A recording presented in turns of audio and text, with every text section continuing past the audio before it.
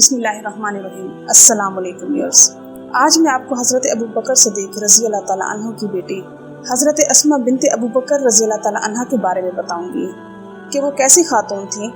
उन्होंने आप सल्लल्लाहु अलैहि वसल्लम जैसी पाक हस्ती के साथ सवारी पर बैठने से क्यों इनकार किया, और ये भी बताऊंगी कि 52 लाख दिरहम उनकी मलकियत में होने के बावजूद उन पर ज़कात क्यों वाजिब नहीं थी।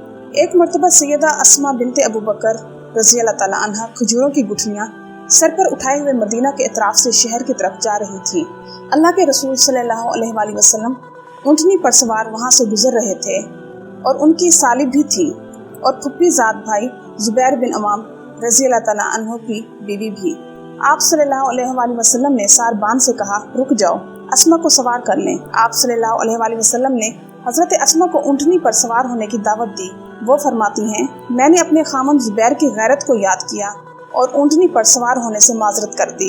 सवाल ये पैदा होता है कि सैयद अस्मा रज़ी अल्लाह ताला अन्हा ने ऊँटनी पर बैठने से इनकार क्यों किया। क्या आप सल्लल्लाहु अलैहि वसल्लम जैसी मुकद्दस, पाकबाज और मासूम नबी के साथ सवारी पर बैठने से उनका शौहर उनसे नाराज होता?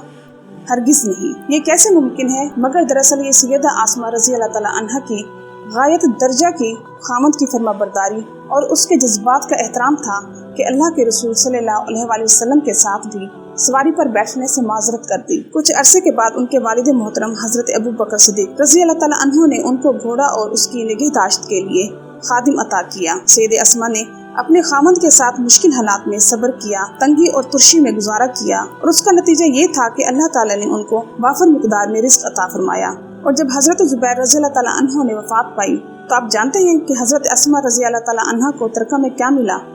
वो औरत जो खजूरों की गुठलियाँ इकट्ठी करके लाया करती थी, उसे 52 लाख दिरहम तरका में मिले।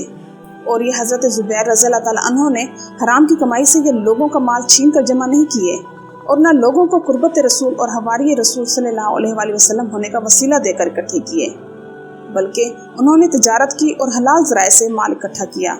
ये भी कहा जाता है कि हज़रत अस्मा रज़ी अल्लाह ताला अन्हा के खामद के पास 1000 कारिंदे थे जो उनके लिए काम करते और उसका हिस्सा उनको देते थे। इतना रिज़्क़, इतनी जायदाद और माल दौलत के बावजूद उन पर कभी ज़कात नहीं हुई, क्योंकि उन्होंने कभी माल दौलत को ज़ख़ीरा नहीं किया और ना उसके अंबार लगाए।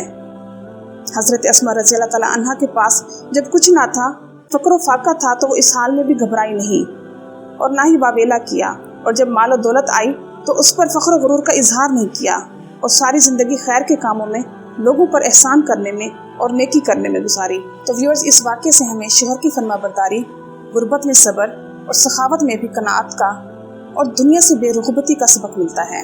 उम्मीद करती हूँ कि आपको मेरी आज की वीडियो पसंद आई होगी, तो मेरी वीडियो को लाइक करना और मेरे चैनल को सब्सक्राइब करना मत भूलिएगा। मैं इंशाअल्लाह मज़ीद दिलचस्प मालूमाती और इस्लामी वाक़यात आपके साथ शेयर करती रहूँगी। मेरी तरफ से आपको ढेर सारी दुआएं, मुझे भी अपनी दुआओं में याद रखिएगा। चलती हूँ, मिलते हैं इंशाअल्लाह नेक्स्ट वीडियो में। अल्लाह हाफ़िज़।